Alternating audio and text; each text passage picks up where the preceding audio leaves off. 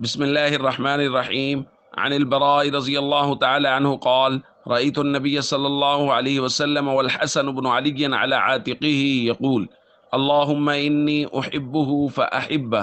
رواہ البخاری۔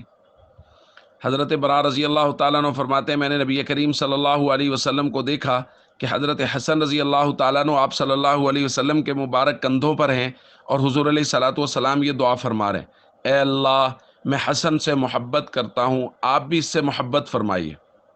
ایک دوسری روایت میں حضرت ابو ہریرہ رضی اللہ تعالیٰ عنہ فرماتے ہیں نبی کریم صلی اللہ علیہ وسلم سیدہ خاتون جنت سیدہ فاطمۃ الزہراء رضی اللہ تعالیٰ عنہ کے گھر تشریف لے آئے، اور حضور علیہ الصلوۃ والسلام نے آ کے پوچھا کہ وہ ہمارا بیٹا کہاں ہے؟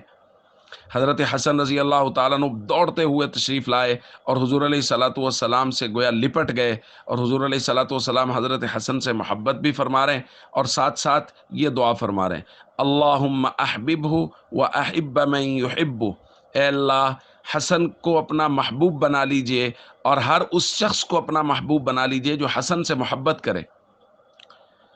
دوستو، اللہ کا محبوب بننے کا آسان نسخہ یہ ہے کہ حضرت حسن رضی اللہ تعالیٰ عنہ سے ہم محبت شروع کر دیں۔ حضرت حسن رضی اللہ تعالیٰ عنہ سے جو شخص کامل محبت کرے گا اس کے لیے اللہ کے نبی صلی اللہ علیہ وسلم کی دعا ہے کہ اللہ پاک اسے اپنا محبوب بنا لیجئے۔ لیکن یہاں مسئلہ وہی ہے کہ کیا زبان سے کہہ دینا کہ مجھے حضرت حسن سے محبت ہے یہ کافی ہے اور اس سے دعا حاصل ہو جائے گی؟ نہیں دوستو، محبت ہمیشہ یاد رکھیے گا کہ محبت اپنا اثر رکھتی ہے۔ جب ہم حضرت حسن رضی اللہ تعالیٰ عنہ سے سچی محبت کریں گے تو ہمارے کردار میں اس کی پوری جھلک ہوگی، ان کے جیسی ہم عبادات کرنے کی اخلاق سیرت۔ تو حضرت حسن رضی اللہ تعالیٰ عنہ سے محبت کریں اور اس کا اثر ہماری طبیعتوں پہ یہ ہوگا کہ ہم نماز کے پابند ہوں گے، ہم قرآن کی تلاوت کے پابند ہوں گے، ہم با اخلاق ہوں گے، لوگوں کے ساتھ محبت سے پیش آئیں گے۔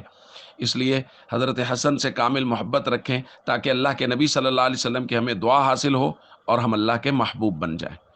السلام علیکم ورحمۃ اللہ وبرکاتہ۔